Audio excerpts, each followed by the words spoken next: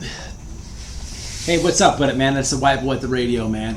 Smash a like, leave a comment, and share it. Please do that. Everyone says they do, but how many of you have actually hit that like button right now? Take 1 second and smash a like.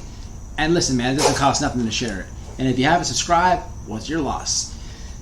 Look, all my time, no matter if it's jail, no matter if it's my first time going to prison, no matter if it's my second time in prison, no matter if it's on, I can't say the streets, but man, look, incarcerated-wise, one white dude ever that I fought. All right, there's been a couple close encounters, but physically never really brought it to that. Just one time in jail, of all times in jail, is a dude named Mikey.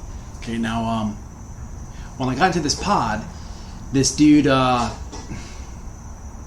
man, I would say that he makes Pinot and 1090 and riffraff, and remember the dude that got beat up by the game's manager, the one dude talking a lot of crap at the game. You guys know what I'm talking about. He makes all those guys look like an altar child, like literally. Okay, that's how he was. All right, the dude irked me every single day. Okay, supposedly he was a friend of the set, or friend of folk, or friend of whatever the heck it was, but he was somehow, some way, you guys know what I'm talking about if you know anything about gang stuff. He was a friend of a Crip, which I never could really understand, because you know, if you know the history about Crips, I mean, look, it gets weird. I understand politics differ from state to state, but look, man, how is there a white Crips, or how is there a white blood? A real white Crip or a real white blood? I don't want to get too crazy with it, because people get all in the comments and try to tell me how there can be a white Crip. Yeah, I don't care. Really? But anyhow, back to this dude. There was a few other Crips in the dorm, okay?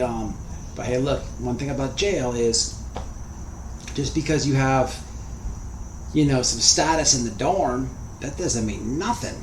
You know, yeah, no matter prison, no matter jail, no matter wherever you are, that stuff flips. So if you're in jail and if you're running the pod, or you and your homeboys think that you're running the pod, man, release dates come, bonding out comes, going home comes, going to prison comes. People come, people go. It's a revolving door. So this is the situation that I was in, but I couldn't stand this dude's mouth. You know, many times. One time that I almost slit him, he came in my room with one of his Crip brothers, you know, asking me about my tattoos. You know, I didn't nut up or nothing. I was ready to crash right there and then, but it didn't go down right there and then. But you know, he's messing with a real convict in that situation. So the second that he did that with that black dude, I was gonna smash him. Okay, some time went on, and I'll never forget it. It was the Miami Heat versus the San Antonio Spurs. This is how far back this story is, if you guys remember. I think the Heat won like 2 titles in a row. I do not promote basketball on this channel. The NBA is no bueno, especially with all the woke stuff, but I'm just trying to give you guys a timeline. So it was on the TV, and in this jail, there's like a bunch of plastic chairs around.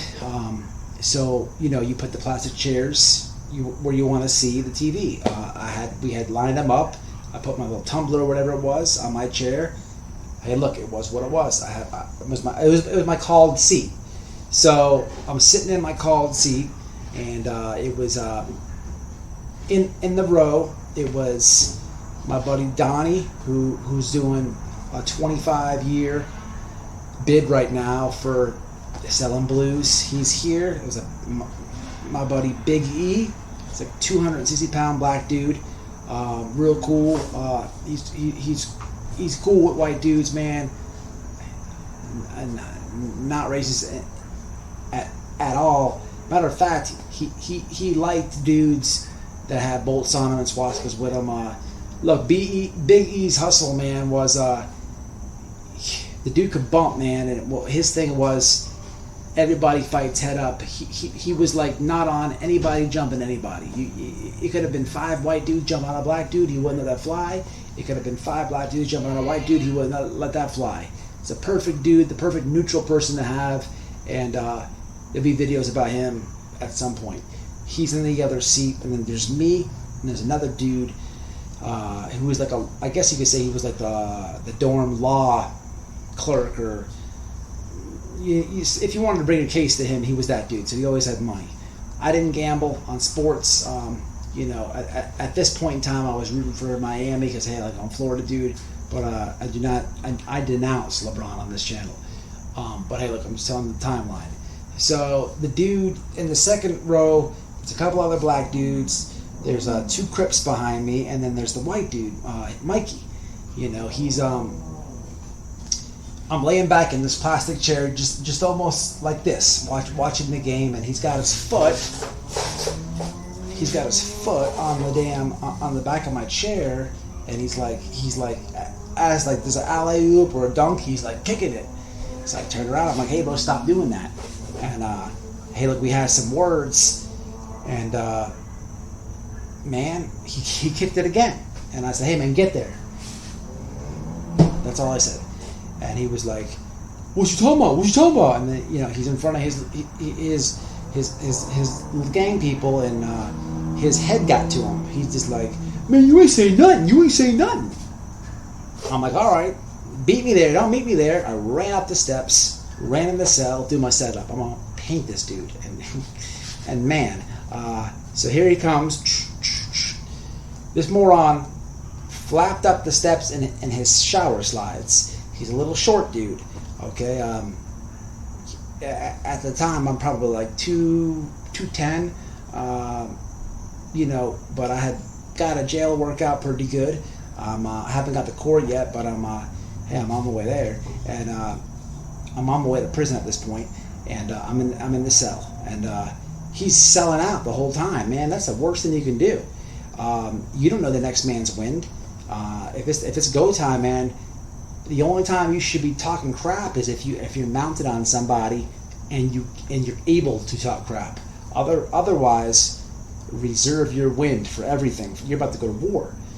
He walks in the room. As soon as I see his little goofy face peep around the corner, bink, bink, nail him. I nail him outside the room. So he's coming in the door, bink, bink, out the door. He comes back in the door, bink, out the door. So now I realize, I'm nailing him out of the blind spot. I run, get my place in the cell. You'll always hear me say this. Every time I had to catch the wall, get in the grid, I'd always get the better defensive way of the situation. Hey, look, man, I don't know how to explain this.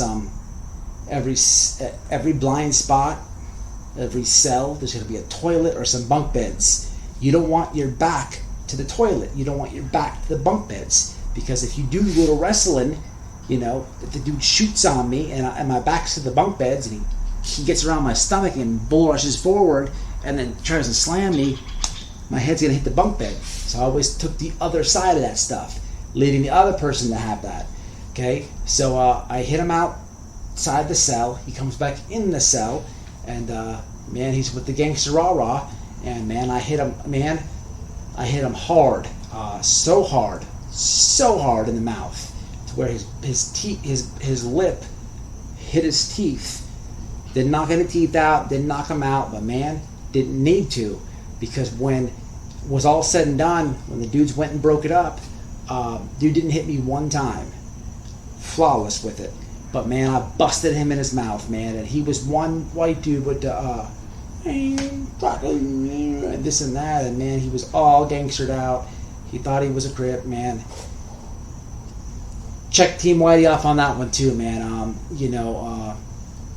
It's funny what happened with this dude, though. I will say this. After we fought, in my experience in life, no matter if it's on the street, and a lot incarcerated, but sometimes you have to fall out with somebody before you get all right with somebody, and that's just the way it goes. And that's just exactly what happened. He he started kind of like small talking with me, and I knew I could peep. I'd done time way before. I could peep where he was going. It was his way of copping deuces. Now all of a sudden, I'm invited to get a dip of the goulash. I'm getting, a piece of the brick that they're making. You know what I mean? All of a sudden, right? Because you felt that heat. You know what I mean? And look, at the end of the day, we became all right. After we bumped, I became papa to this dude. He was, mind you, he thought he was a crip or whatever. He started asking me about, my bolts and this and that, and what they were and this and that. And I started explaining how prison was, because the dude caught 7 years. I was waiting on my time, but he knew that I had already been one time, and I'm breaking it down. I pretty much told him, hey bro, the way that you're living in here, when you go up that road, and listen, end of the day, I got shipped off with the dude Biggie, my buddy Donnie, that got 25 to life. He ended up going after us, but I never heard from the dude again. Funny thing is, man, years after I had got out, so many years from the story, he got a hold of me, and through texting, he told me, man, you were right, man. I was foolish in the county, this and that. I went up the road, man. Everything you said was true, this and that.